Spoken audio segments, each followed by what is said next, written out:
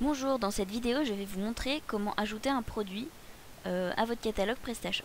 Alors pour ça, rendez-vous dans le menu catalogue, puis le menu produit. Donc ici vous avez tous les produits de votre boutique. Vous pouvez en créer un nouveau, désactiver un de vos produits en cliquant sur la petite coche verte ou la petite croix rouge si vous voulez le réactiver. Donc ici il est désactivé, si je recoche il est activé. Là vous pouvez modifier votre produit. En cliquant sur ce bouton, vous allez dupliquer le produit. Et avec ce bouton, vous allez supprimer le produit. Donc moi, je vais vous modifier un produit déjà existant. Comme ça, on aura tous les champs qui seront déjà remplis. Mais vous aurez exactement le même formulaire si vous cliquez sur le bouton Créer. Donc je vais modifier l'iPod Nano. Vous voyez, le formulaire pour les produits ressemble à ça. Et vous avez tous ces onglets à remplir. Alors, le premier onglet, ce sont les informations globales sur le produit. Tout d'abord, vous devez renseigner le type, si c'est un produit physique, si c'est un pack, c'est-à-dire un produit qui contient plusieurs autres produits ensemble et qui aurait un prix spécial par exemple, voilà, ou un produit dématérialisé. Vous savez que maintenant on peut vendre de la musique en ligne ou même des fichiers, donc ça permet d'avoir des produits qui sont téléchargeables sur le site. Ici, vous renseignez le nom du produit. Vous voyez, c'est le nom qui s'affiche. Si je vais sur l'accueil, c'est le nom qui s'affiche ici. La référence, c'est votre référence interne, donc c'est pas obligé que ce soit la référence de votre fournisseur, ça.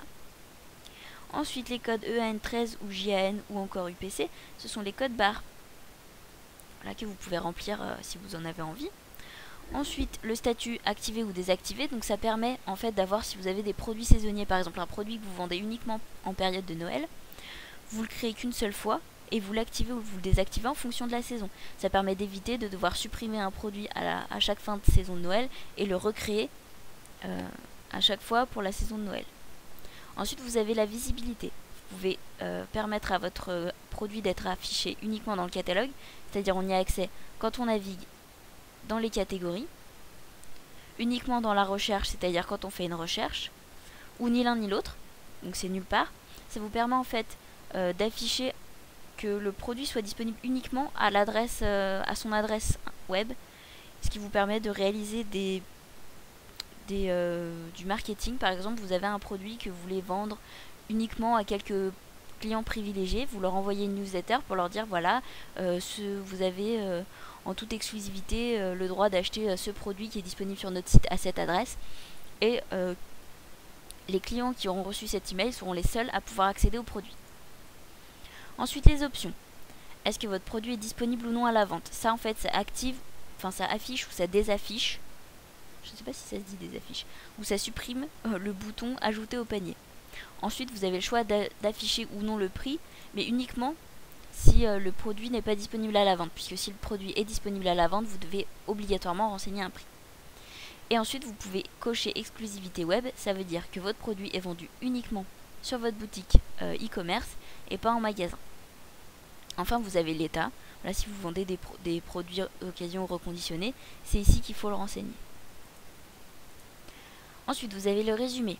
Le résumé, c'est les quelques phrases qui apparaissent ici. Et la description, c'est la description longue qui se trouve dans la fiche produit à cet endroit. Et enfin, vous avez les tags. En fait, c'est des mots-clés que vous associez à votre produit et qu'on peut retrouver ici, qui permettent en fait de naviguer rapidement vers certains produits en fonction des mots-clés. C'est tout pour le premier onglet, donc on va aller dans l'onglet prix. Donc ici vous devez renseigner le prix de votre produit. Voilà, ensuite vous pouvez choisir la taxe. Donc ici c'est encore à 19,6, mais je vous rassure, on peut en créer une nouvelle taxe en cliquant sur ce bouton-ci. Et faire une taxe, mettre la nouvelle TVA normale à 20%. Voilà, donc vous avez le prix hors taxe, vous pouvez renseigner le prix d'achat, le prix de vente qui se calcule automatiquement en fonction du TTC qui se calcule automatiquement en fonction du prix hors taxe plus de la taxe. Voilà, vous pouvez renseigner le prix à l'unité également. Et si vous cochez cette petite case, vous avez en fait une icône en solde qui apparaît sur le produit. Voilà. Ensuite, vous pouvez ajouter des prix spécifiques. En fait, si vous avez de nombreux clients, vous pouvez faire des groupes de clients, par exemple Gold ou Argent, ou je sais pas, et vous pouvez leur appliquer des réductions spécifiques, comme à la Fnac où vous avez moins 5% sur les livres si vous êtes un abonné, etc. Donc là, c'est pareil, vous pouvez faire des groupes de clients et leur donner un prix spécifique. Donc pour ajouter un prix spécifique, vous cliquez ici, vous choisissez la devise, le pays, les groupes de clients. Donc moi je vais choisir par exemple pour les visiteurs. Donc là vous aurez vos groupes de clients que vous aurez créés, Gold, Argent, machin truc. Clients, là c'est pour si vous voulez renseigner des clients spécifiques. Déclinaison, parce que là le produit il a de nombreuses déclinaisons, donc je veux écouler mon stock de orange, j'en ai trop, je mets voilà, un prix spécial juste sur le orange. Vous pouvez aussi mettre des dates de disponibilité, donc par exemple, si je veux que ça commence là et que ça se finisse. Ah, j'ai pas le. Alors là, je change jusqu'au 10 ou 14 février, voilà pour la Saint-Valentin. Voilà, à partir de une unité, alors vous pouvez en mettre plusieurs si par exemple le prix sera valable que si vous achetez, si le client achète 5 produits.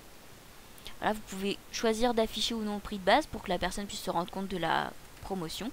Et là vous mettez une réduction. Donc là soit 10%, soit vous mettez un nouveau montant par exemple, et l'iPod Nano il sera à 100 €. Voilà. Pour enregistrer le prix, vous cliquez sur enregistrer et rester.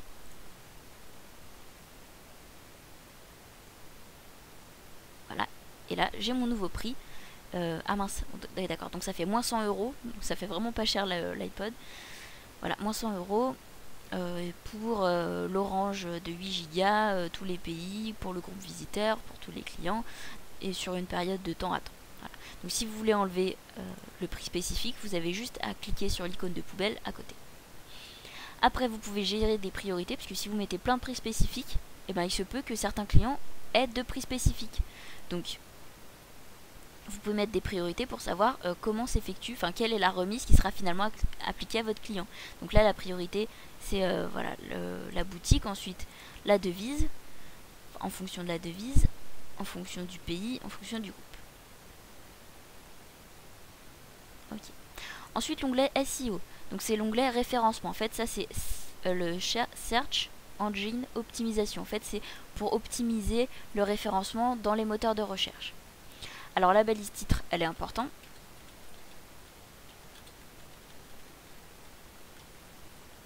C'est ce qui s'affiche. Donc si je cherche iPod Nano d'ailleurs, le titre, c'est ça. Voilà, c'est ce qui s'affiche ici. La métadescription, c'est ce qui s'affiche là. Donc à vous de la remplir pour qu'elle donne le plus envie. Voilà, si vous étiez un client, qu'est-ce qui donnerait envie aux futurs clients de cliquer sur votre annonce plutôt que sur celle de vos concurrents. Des mots-clés, alors ça c'est presque plus utilisé, ça sert à rien de les remplir. Et l'URL simplifiée, ça sert justement à que vous n'ayez pas id product égale machin chose et que vous ayez bien /iPod Nano. Voilà. Donc c'est tout pour cet onglet. Ensuite les associations.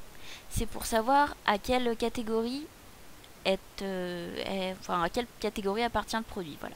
Si vous cochez accueil, ça va afficher en fait le produit sur la page d'accueil ici. Donc pour l'enlever, il suffit juste de décocher accueil. Voilà, je vais enregistrer. Recharger la page. Et voilà, le produit a disparu. Tout simplement. Si je le reclique, il va revenir en page d'accueil. Voilà. Et ensuite, je sélectionne les catégories. Là, vous pouvez en sélectionner plusieurs pour ajouter aux catégories.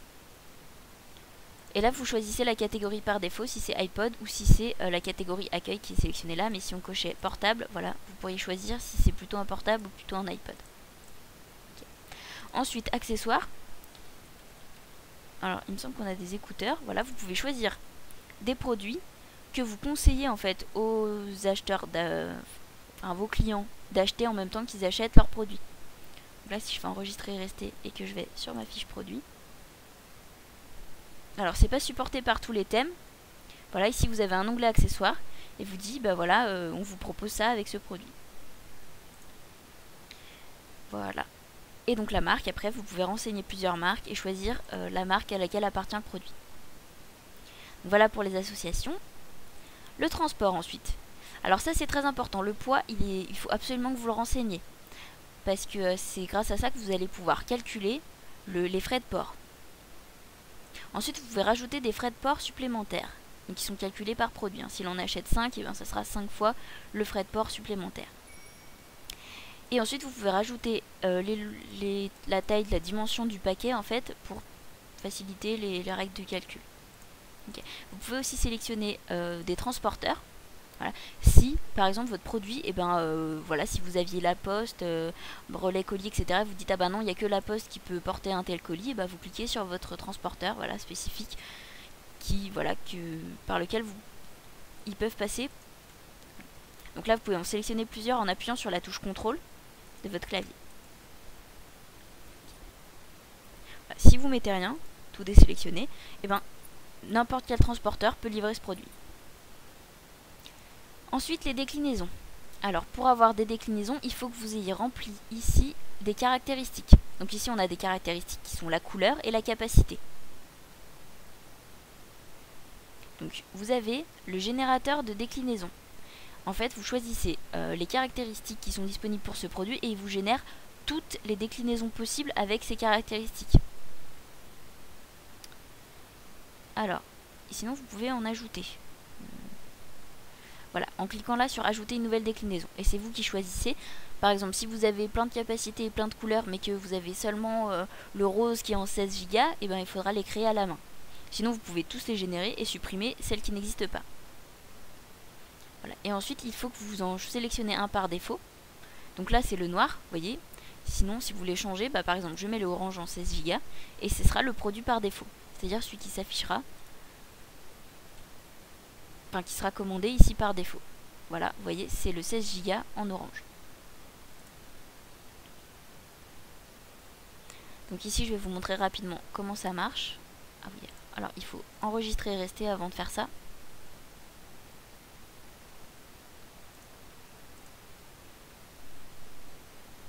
Vous sélectionnez donc les capacités, voilà, vous aviez 16 et 8 Go, les couleurs, le bleu. Alors pour sélectionner... Ah mince. Ah oui. C'est mon ordinateur qui bug. Excusez-moi pour ce léger contretemps. Ça y est, c'est revenu. Voilà, vous sélectionnez donc les déclinaisons que vous voulez générer ensemble et vous cliquez sur ajouter.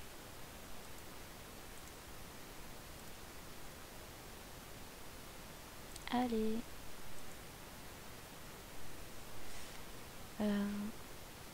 Étape 1. Sur le côté gauche, sélectionnez les attributs. C'est bien ce qu'on a fait. Capacité.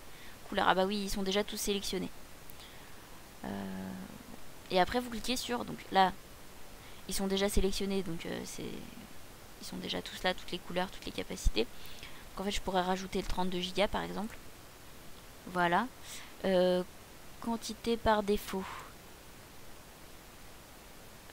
Quantité, ah oui, alors parce que quantité, donc c'est pour le stock. Par exemple, si vous dites pour tous vous mettez un stock de 10 par défaut, et la référence par défaut, vous pouvez mettre aussi une référence par défaut. Ensuite vous cliquez sur générer les combinaisons. Voilà, pour que vous sachiez en fait quand la personne passe sa commande et qu'elle choisit un 8 Go en bleu, pour que vous sachiez bien quel produit il faut que vous envoyez.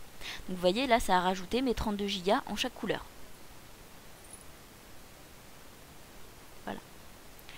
Ensuite, les quantités.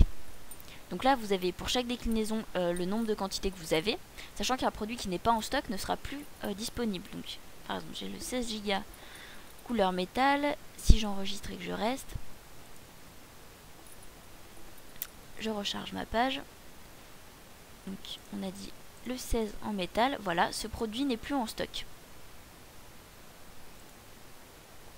Voilà. Donc ça permet de gérer facilement vos stocks de votre boutique.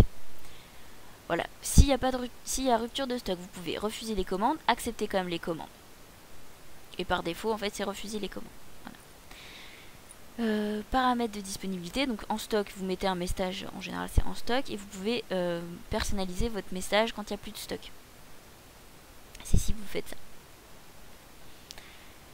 Voilà pour les stocks. Donc à chaque fois que vous avez une commande qui est passée sur votre site, évidemment, le stock se décrémente automatiquement.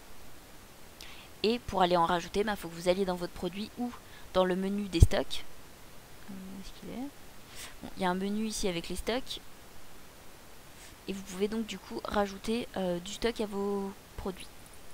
Alors, ensuite, vous avez l'onglet images. Vous voyez ici, on a les images pour chaque couleur. Vous pouvez en ajouter beaucoup. Vous choisissez une image de couverture, c'est-à-dire une image, enfin la première image qui s'affiche ici. Et ici, on a toutes les images qui défilent. Donc, vous pouvez ajouter beaucoup d'images à vos produits. C'est très important, puisque vos acheteurs, ils n'ont pas le produit dans les mains, ils ne voient pas à quoi il ressemble. Donc, plus vous avez d'images et d'ailleurs d'angles de vue, plus la personne sera rassurée avant d'acheter le produit. Voilà, donc pour ajouter une image, vous cliquez ici et vous sélectionnez. Donc les images doivent être soit en JPEG, soit en GIF, soit en PNG. Et la taille de l'image ne doit pas dépasser 8 mégaoctets, ce qui est quand même largement suffisant à mon avis. Voilà, donc ensuite les caractéristiques. Là, vous pouvez rajouter des caractéristiques. Donc donner la hauteur, la largeur, la profondeur du produit, le poids, la prise casque. Vous pouvez rajouter, donc là c'est oui ou non. Non, pardon, c'est jack ou mini jack. Vous pouvez rajouter des caractéristiques, parce que si vous vendez pas de l'électronique, c'est peut-être pas utile. Vous pouvez par exemple, si vous vendez des habits, vous pouvez rajouter une caractéristique matière, et là vous aurez une liste déroulante avec coton, synthétique, lin, etc. Voilà, donc c'est tout à fait, c'est pas des caractéristiques qui sont fixes, on va dire. Voilà. Ensuite, personnalisation. Donc sur chacun de vos produits, vous pouvez ajouter une personnalisation. Imaginons que ici on puisse rajouter un texte et une image. Donc là, on met un champ de fichier pour que l'utilisateur charge son image qu'il veut ajouter, et un champ de texte pour que l'utilisateur puisse renseigner le texte. Vous cliquez sur enregistrer et rester. Vous voyez ici, avant j'avais 3 champs, ici j'en ai plus que 2. On a le champ fichier, donc fichier image pour le dos de l'iPod, et là texte sur le dos de l'iPod. Si je fais ça, que je fais enregistrer, que je retourne sur mon produit et que je recharge la page, donc j'ai un onglet personnalisation où je peux chercher une image et écrire un texte. Voilà. Ce qui va permettre de pouvoir personnaliser le produit pour l'utilisateur. Enfin, vous avez des documents joints. Donc ça, c'est très utile si vous voulez rajouter une doc à votre produit. Vous mettez le nom du fichier, par exemple, documentation d'utilisation. Vous rajoutez une petite description, vous chargez un fichier. Pareil, là, le fichier ne doit pas dépasser 8 mégaoctets. Vous cliquez sur télécharger le document joint et vous aurez tous les documents joints. Et vous pourrez ajouter des documents au produit ou non. Donc là, mettez quand même un titre un peu plus spécifique, puisque là, vous aurez tous les documents qui ont été téléchargés pour tous les produits et vous devrez choisir lequel ajouter à votre produit. Voilà. Et enfin, vous avez les fournisseurs. Donc ça, c'est pas obligatoire, mais c'est recommandé en fait pour votre gestion personnelle.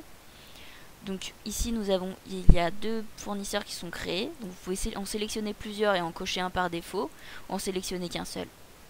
Voilà. Vous pouvez aussi renseigner les prix à l'unité pour lesquels sont vendus tous vos produits par votre fournisseur. Ça vous aide en fait à la gestion de votre boutique également. Et voilà, nous avons fait le tour de tous les paramètres d'un produit. J'espère que ça vous sera utile.